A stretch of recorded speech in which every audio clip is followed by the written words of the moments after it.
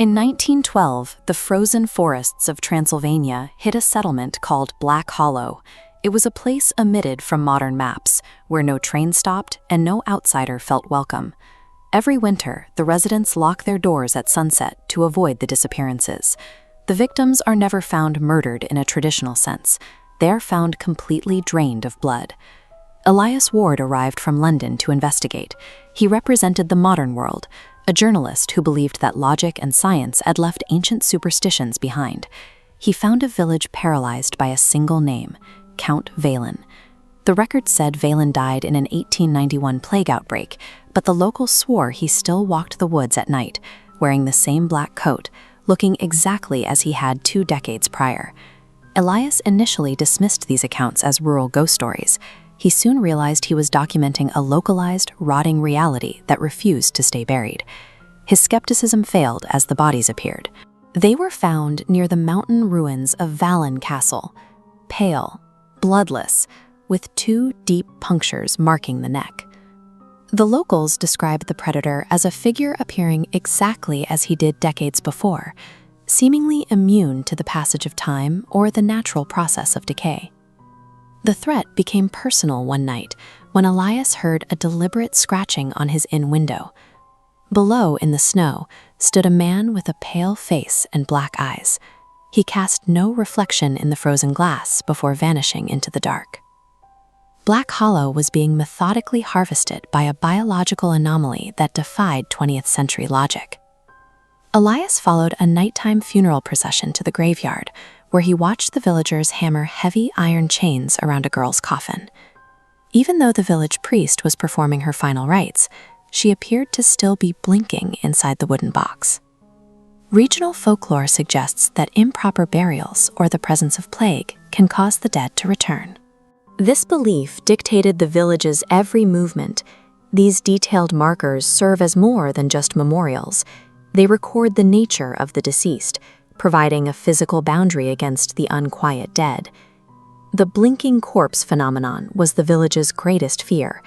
To them, the iron chains were a necessary tool of containment. The villagers had developed a functional, desperate protocol designed to physically restrain a spreading contagion.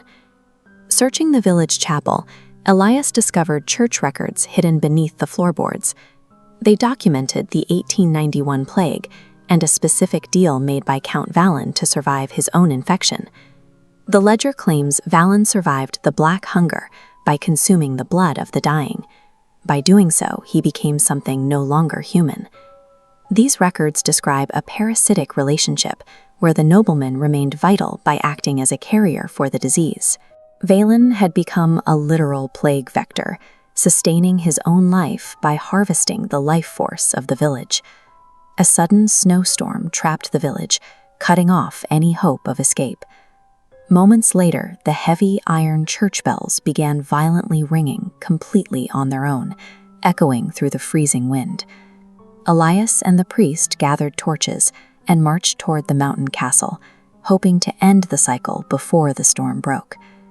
The plague had evolved, maintaining its host through a cycle of blood consumption that prevented the nobleman's final decay. Inside Valen Castle, Elias found dozens of coffins stored beneath the floorboards. Some were empty, but others were visibly moving. At the end of a long dining table sat Valen. His skin was stretched tight over bone, his fingernails were black, and his mouth dripped with fresh crimson. Valen told Elias that the 1891 plague had never ended, stating that the sickness had simply adapted into a predatory organism. The candles went out, swallowing the room in darkness. Something began crawling across the stone ceiling with an unnatural, skittering speed. One by one, the villagers disappeared into the shadows of the hall, their screams cut short in the dark.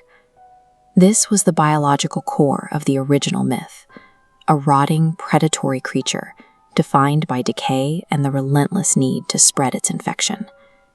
Elias fled to the chapel beneath the castle, searching for the primary coffin that held the source of the Count's power.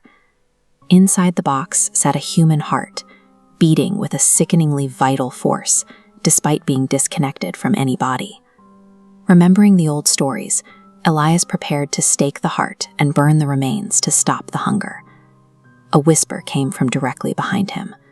Valen stood inches away, smiling with blood-covered teeth as he told Elias he was too late. Elias felt a cold silence inside his ribs.